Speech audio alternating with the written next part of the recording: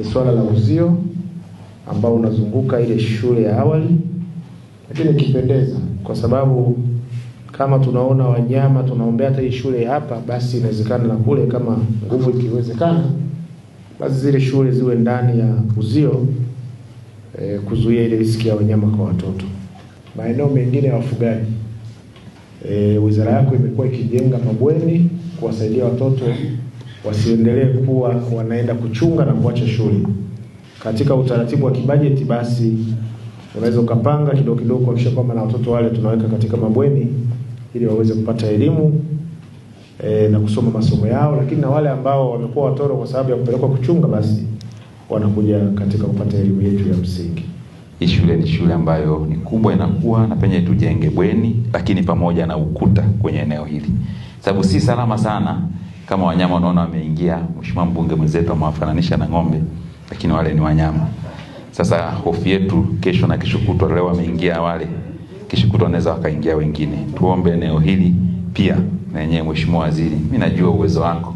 Kesho na kesho kutwa tutakutana na mtaanza kupitia mafungu ya mikoa.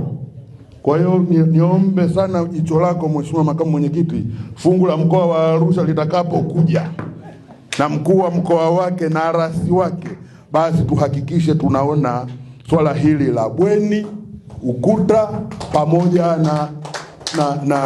na bwalo la chakula.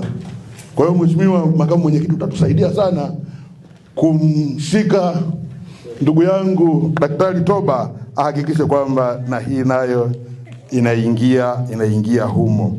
Unapozungumza ukanda huo wa Masaini, kwa maana Rongido, Ngorongoro na Monduli, mila desturi zinafanana na mazingira yote ni ya wanyamapori kote, na ndio ushoroba. Kwa hiyo tunapozungumza haya yote haya tunakata krosi maeneo yote. Kwa hiyo mkiona kwenye kamati nimeomba hata ombi maalum kwenye mkoa wetu kwa maana ya ujenzi wa haya mabweni pamoja na uzio, iwe ni rahisi sana kunisaidia kwa maana ya kuokoa mkoa wa Arusha. Hapo ng'ambo ndio maarufu kwa maana ya simba wanaoruka kwenye miti. Manyara iko hapo hifadhi. Kwa maana haya mazingira wanaona watoto haya ni hatarishi ya wanyama wakali. Hivi boko unaweza kukimbia, lakini simba unafahamu madhara yake. Kwa hiyo tunapozungumza habari ya kuwa na mabweni na uzio, sio tu kwa sababu ya wanyama, hata kusaidia hawa watoto wasiweze kuolewa kabla ya umri unaopaswa. Kwa upande wa eneo la paki, eneo kubwa limechukuliwa na ziwa eneo la paki, wanyama sasa wanasogea, wanatafuta maeneo ya malisho. Wale wapi? Inabidi waje eneo ile ambalo la wazi la shule ya sekondari. Na amini ukikaa mpaka saa moja hapa, inawezekana tu kuna watu wamesukuma, lakini ukija wakati mwingine utafikiri ni ng'ombe wamejaa hapa. Kila mahali punda, nyumbu wamejaa kote huko. Kwa hiyo ni hatari.